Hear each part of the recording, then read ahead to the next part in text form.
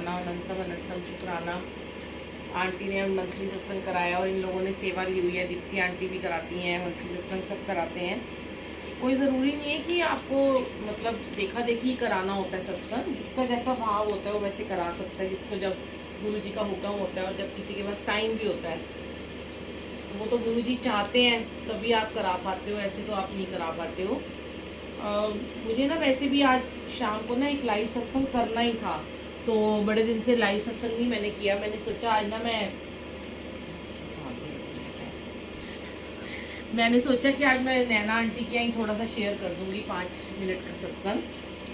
कि 3-4 बार से संगत जी क्या हो रहा है कि जहाँ पर भी हम जाते हैं, कहीं भी सेवा में जब हम जाते हैं तो वहाँ पे ना एक क्वेश्चन उठाया जाता है कि बाद में मतलब उनके परिवार वाले बोलते हैं कि भजन चलाओ, गुरबानी समझ में नहीं आती हमें। और बार बार हम शेयर करते हैं, यूट्यूब पे भी डालती हूँ, आप लोग भी बड़े टाइम से आ रहे हो कि शब्द, अभी आपने इतना प्यारा व्याख्या सुनी वाहिगुरु नाम जहाज है कि शब्द में ही गुरु बैठा है। शब्द गुरु, बानी गुरु, सब कुछ गुरु जो है ना वो शब्द में विराजमान होता है। जब आप शब्द गुरबानी कोई भी सुनते हो, शायद अब यहाँ पे ऐसी भी कोई संगत हो, क्योंकि मैं तो रोज शेयर करती हूँ, फिर हो सकता है उन्हें ना जवाब मिलता हो तो आज शायद उन्हें जवाब मिल जाएगा कि उसी में सारी की सारी ब्लेसिंग शब्द गुरबानी में ही होती है। गुरु जी अपने टाइम में इतने पक्के पक्के शब्द चलाते थे जो आपने शायद कम ही सुने होंगे। से सिमरे जी नाप सिमराए, नदर करे तो सिमरिया जाए, बड़े पुराने पुराने शब्द हैं जो समझ ही नहीं आते थे लोगों को, पर गुरु जी फिर भी उनको चलवाते थे, अपने समय में भी चलवाते थे, आज भी मंदिर में वही शब्द चलते हैं।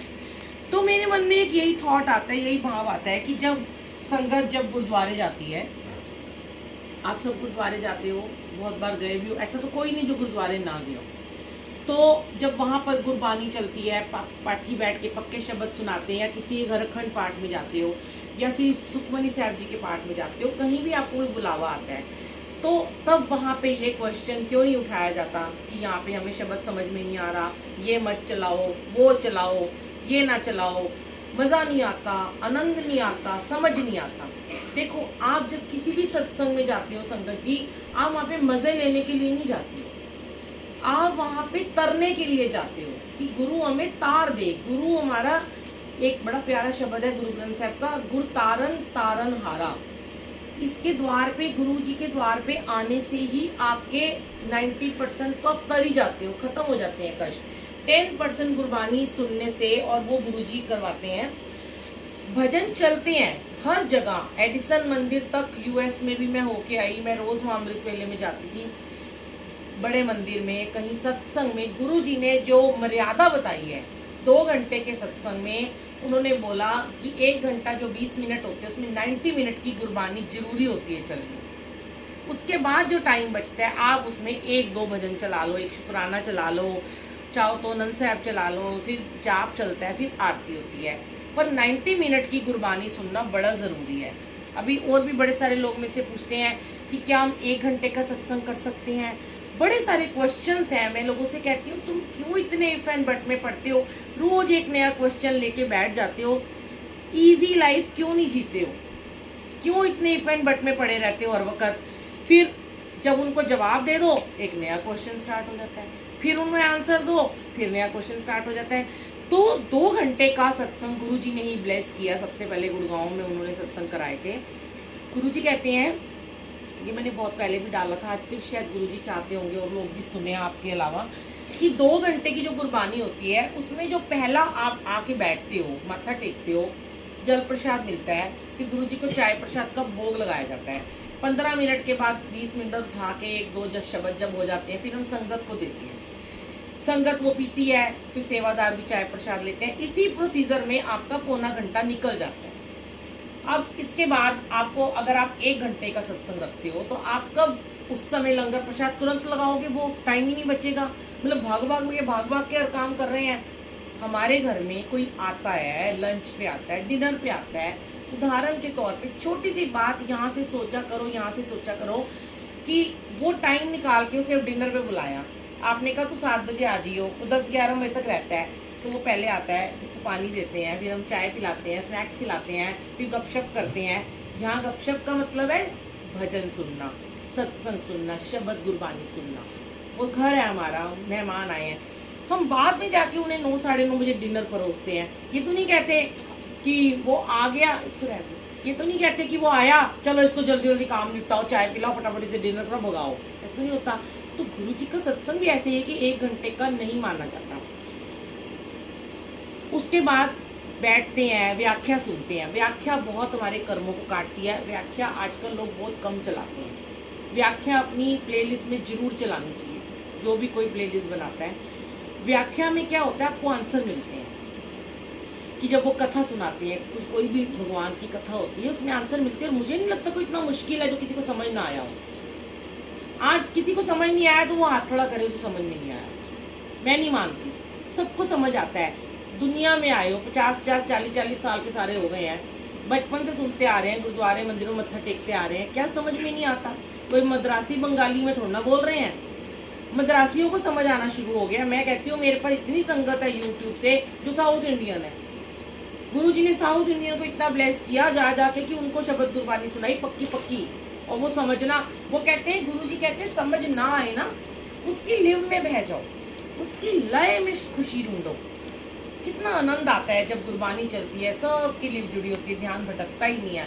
यहाँ चलता है एक शब्द भजन, दूसरा फटाफट ध्यान भटकना शुरू हो जाता है। इसलिए भी शब्द चलाते हैं कि ध्यान लगे हमारा, क्योंकि वो गाया उन लोगों ने, इतने पुराने पुराने भाई हरबंस सिंह जी, भाई चमनजीत सिंह जी, इतने पुराने पुराने बुजुर्ग जिन्होंने हारमोनियम के साथ गाया। आज जो रिंकू वीर जी गाते हैं वो ध्यान लगता है, उसमें कोई म्यूजिक नहीं बजता, पीछे कोई बैंजो नहीं बजता, कोई डीजे नहीं बजता, सिर्फ और सिर्फ उसमें प्यार से, मोहब्बत से, बहुत ही प्रेम से गुरबानी को गाया जाता है। अब फिर लोगों ने मुझे ये क्वेश्चन किया कि आंटी आप तो रोज लाइव सत्संग 1 घंटे का चलाते हो, संडे को 2 घंटे का चलाते हो। तो उनको फिर मैंने आंसर दिया कि देखो, लाइव सत्संग की सेवा भी गुरुजी ने बख्शी। शुरू में मैंने भी 2 घंटे का रोज चलाना शुरू किया, तो मुझे संगत के मैसेज आने शुरू हुए कि आंटी मंडे टू सैटरडे हमारे ऑफिस होते हैं, हमारे स्कूल होते हैं, हम चाहते हैं हम रोज अमृत वेला करें, रोज बैठें, पर हमारे को 1 घंटा सूट करता है क्योंकि हमें उसको बच्चों को तैयार करना होता है। तो गुरुजी ये तो नहीं कहते कि बच्चों की छुट्टी करा दो और फिर तुम ऑफिस मत जाओ और बैठ के रोज सत्संग करो। हफ्ते में 1 दिन हम 2 घंटे चलाते हैं। 1 घंटे में हम क्या चलाते हैं? पहला हम जपजी साहब का पाठ चलाते हैं, 2 शब्द चलाते हैं, फिर हम मंत्र जाप चलाते हैं 108 बारी। वो गुरु जी का हुक्म चल रहा है इतने सालों से, वैसे ही चल रहा है। क्योंकि पहले तो मैं सिर्फ मंत्र जाप ही करती थी अपने घर में, जब मैं खुद अमृत वेला करती थी। 108 बारी वाला 1 घंटा 9 मिनट का मंत्र जाप हम करते थे।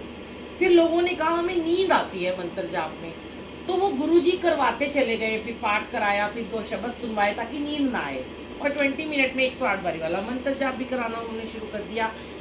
तो मैं ये कहती हूँ, इतने क्वेश्चन, इतने इफ एंड बट में मत पड़ा करो, क्योंकि गुरुजी कहते हैं कर्मास भी जरूरी है, ड्यूटीज भी जरूरी है, घर बार भी जरूरी है, गृहस्थी सबसे पहले जरूरी है।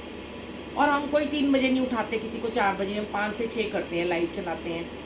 6 बजे तक सब वैसे भी उठते हैं सो के, बच्चों को तैयार करते हैं, स्कूल जाते हैं, जो भी काम करते हैं, अपनी दिनचर्या काम करते हैं, चाहे कोई सो जाता है बाद में। उसका आंसर बहुत बार मैंने दिया, चलो मान गए। फिर कहते हैं कि रोज़, अभी मैं 2-4 दिन पहले की बात बताती हूँ, किसी का नाम नहीं लूँगी, किसी के घर हम सत्संग में गए तो उनके घर में बहुत सारी संगत ऐसी आई हुई थी जो गुरुजी को नहीं मानते थे। हमने उन्हें बहुत समझाया, फ़ोन बंद कर दो, बातें मत करो, और अंदर जा के कमरे में फ़ोन पे पिक्चर देख रहे हैं, मूवी देख रहे हैं, यूट्यूब चला रहे हैं, बहुत मना किया, नहीं माने। तो जैसे अभी मैं सत्संग शेयर कर रही हूँ, हम तो किसी का नाम नहीं ले रहे, कोई भी ऐसे बात कर रहा होता है, हमारा काम है सत्संग शेयर करना ताकि आंसर मिले। हमने शेयर किया ना, हमने उनकी कोई वीडियो बनाई, ना हमने उनका कोई नाम लिया, ना कुछ करा। उसके बाद उन्होंने इतना बवाल मचा दिया कि हमारे रिश्तेदारों की इंसल्ट हो। तो मेरा ये कहना है कि गुरु के दरबार में पहली बात तो रिश्तेदारों को बुलाया ही मत करो जो गुरुजी को नहीं मानते। गुरुजी ने बहुत बार ये आंसर दिया, हमेशा नई संगत को बुलाओ, जो पहली बार आना चाहती है, जो कभी कभी आती है। रिश्तेदारों को उनको बुलाओ जो गुरुजी को मानते हैं, क्योंकि रिलेटिव आके तो आपको दुनियादारी में घसीटेंगे ही घसीटेंगे संगत जी। वो तो कहेंगे कि हमें, हमारे को बुरा लगा, हमें तुम्हारी सेवादार ने टोक दिया, हमें क्यों मना किया, चाय पियो, हमें क्यों बोला प्रसाद खाओ? आपको क्या पता है इस चाय प्रसाद में, इस लंगर प्रसाद में क्या क्या ब्लेसिंग छुपी हुई है? सारी ब्लेसिंग शब्द गुरबानी और इस प्रसाद में तो होती है। हम टोक देते हैं तो वो उन्हें बुरा लग जाता है, फ़ोन बंद कर दो तो उन्हें बुरा लग जाता है। तो मैं तो गुरुजी से कहती हूँ, गुरुजी ऐसे घरों में तो मेरे को भेजा ही मत करो। मैं हाथ जोड़ के आपसे सॉरी बोलती हूँ कि मुझे नहीं चाहिए ऐसी सेवा जो बाद में इतना इशू बनाते हैं चीज़ों का कि नहीं हमारी बेइज्जती हो गई। बार बार गुरुजी मुझसे कहलवाते हैं कि कई बार मेरे सेवादार और मेरे अंकल और मेरा बेटा कहता है मम्मी तो छोटी जगह छोटे बंदे का तो नाम ही नहीं लेती, सीधा मोदी जी का नाम ले लेती हैं। कि मैं तो कहती हूँ कि मोदी जी भी अगर गुरु जी के सत्संग में मेरी सेवा के समय आएंगे तो मैं उन्हें बोल दूंगी हाथ जोड़ के कि मोदी जी अपना फ़ोन प्लीज़ बंद कर दीजिए, क्योंकि मैं उस समय गुरु की सेवा में खड़ी हूँ। मेरे सामने चाहे प्राइम मिनिस्टर आ रहा है, चाहे कहीं का राजा आ रहा है, चाहे कहीं का सेलिब्रिटी आ रहा है, चाहे कहीं का फिल्म स्टार आ रहा है, वो संगत।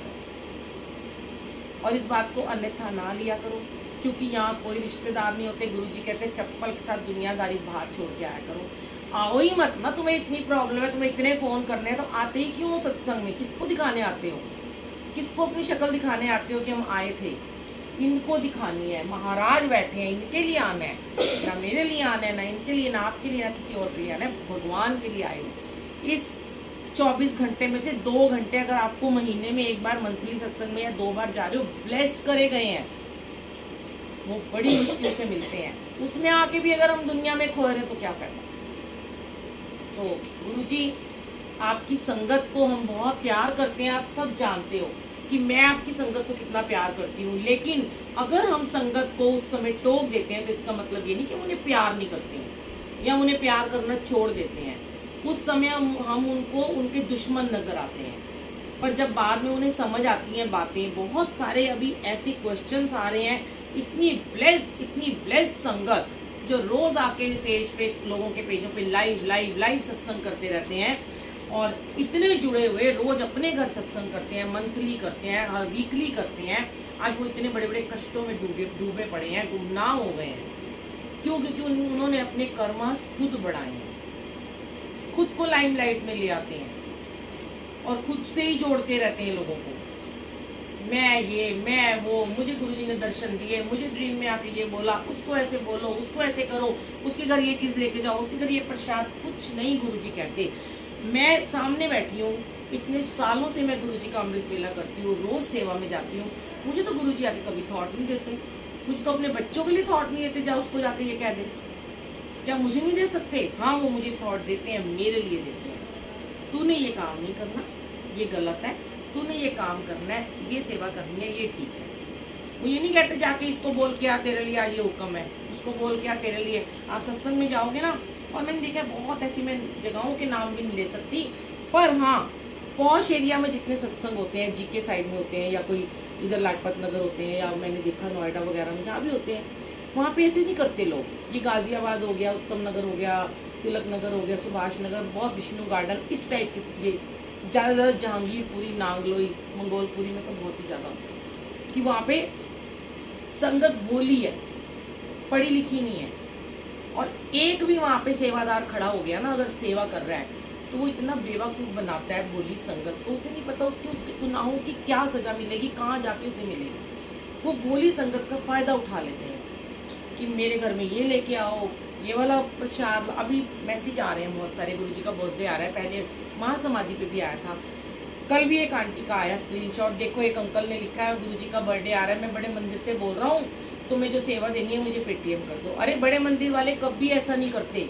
आप बड़े मंदिर को बदनाम करते हो। गुरुजी के बड़े मंदिर के सेवादार कहाँ कहाँ पहुँचे हुए हैं, क्या सेवा करते हैं वो लोग, इतनी निष्काम सेवा करते हैं। इतने अच्छे अच्छे घरों के करोड़पति अरबपतियों के बच्चे वहाँ सेवा करते हैं।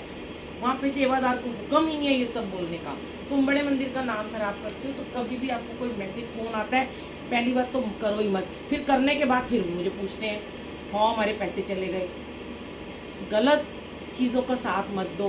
कहीं भी गलत हो रहा हो उसे रोकने की कोशिश किया करो, चुप मत रहा करो। कोई आपको बोलता है कि नहीं मैं तो तुम्हारे सत्संग में नहीं आऊँगा क्योंकि मुझे समझ में नहीं आता सत्संग तुम्हारा, मत आ गई तो अपने घर बैठा।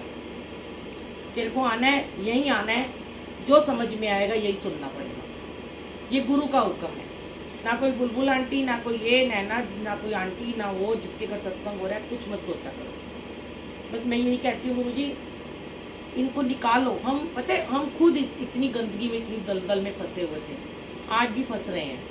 उस दलदल से हमें बाहर निकलना है, उस गंदगी से, क्योंकि जो कुर्बानी होती है ना, हमारे अंदर की मैल रोज जमती है। देखो आप जैसे रोजाना नहाते हो रगड़ रगड़ के, अभी भी हम इतने हाथ धो के आते हैं, फिर घर जाते हैं, कहीं गाड़ी को छूते हैं, कहीं कुछ करते हैं, फिर मैल हो जाती है, फिर उसको रगड़ रगड़ के साफ करते हैं, नहाते हैं। ऐसे ही रोज गुरबानी सुनने से हमारी बॉडी की गंदगी साफ होती है, अंदर की मैल साफ होती है, क्लीनिंग होती है हमारी।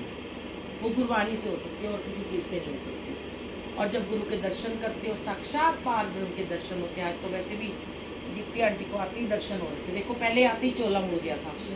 कहीं ना कहीं गुरु जी विराजमान रहते हैं, कभी फूलों में खुशबू बहुत ज़्यादा आती है, कभी गुरु जी के किसी को दर्द, वो सब आप लोगों की वजह से है। कहते हैं गुरु जी कहते हैं मैं संगत की वजह से ही हूँ। गुरु जी भी कुछ नहीं अपने आप को मानते, गुरु जी नहीं कहते मैं ही बहुत कुछ हूँ, मैं ही भगवान हूँ, मैं ही रब हूँ। जब तक उनकी संगत अपने भाव से आके बैठ के सत्संग नहीं सुनेगी, गुरु जी भी कुछ नहीं है। गुरु जी कहते हैं मेरी संगत ने मुझे बनाया और मैंने अपनी संगत को बनाया। जब आप इतने ब्लेस्ड हो, इतनी प्यारी प्यारी संगत हो, देखो शुरू शुरू में आते थे हम यहाँ पे, कितना मिसमैनेज होता था। आज चाहे थोड़ी सी संगत आती है, कितने प्यार से जुड़ी होती है, कितने प्यार से बैठे होते हो, पता है कितना अच्छा लगता है गुरु जी को, कितने खुश होते हैं गुरु जी।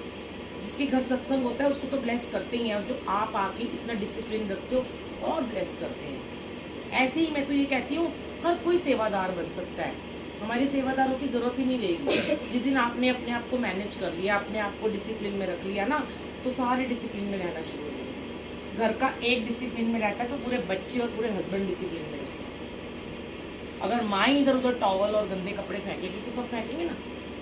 अगर माँ सफाई रखेगी तो सब सफाई रखेंगे। घर का बड़ा सिखाएगा तो सब, ये बड़े हैं हमें सिखाया, हम आपको सिखा रहे हैं, हम कौन होते हैं, हम कहाँ से ज्ञान लेके आए थे। तो वो चीज़ें हैं, गुरु जी की बातों को माना करो, उन चीज़ों को फॉलो किया करो। किसी इंसान से कहते अभी कितनी अच्छी बानी सुनी, देह से नहीं जुड़ना। वो देह है, हम देहधारी हैं, मनुष्य हैं, देह से मत जुड़ो। वो बहुत ब्लेस्ड है आंटी, चलो उसके पीछे लग जाओ। क्यों, वाई, आप क्यों नहीं हो ब्लेस्ड? आप क्यों नहीं अमृत वेला करते? आप क्यों नहीं ब्लेस हो सकते? आप क्यों नहीं मंत्र जाप से ब्लेस हो सकते हो सकते हो। हमारे में कोई अनोखे लाल नहीं लगे हुए कि हम भी ब्लेस हैं। पता नहीं हमने कितने पाप किए, कितने कर्म काटे, कितने काटेंगे आगे भी। हो सकता है यहाँ बैठा हुआ एक छोटा सा बच्चा ब्लेस हो गया हो। तो शुक्राना गुरु जी, जय गुरु जी। इतना आप बुलवाते हो, हमारी सत्संग शेयर कराते हो। सत्संग शेयर कराने का शुक्राना। बहुत सारे लोगों के क्वेश्चन थे और शायद नैना आंटी के घर में ही होना था, मुझे अपने घर करना था ये लाइव सत्संग, पर वो हुक्म है कि यहाँ बैठ के कर लो, तो शायद आप में से भी किसी को आंसर हो। जय जय।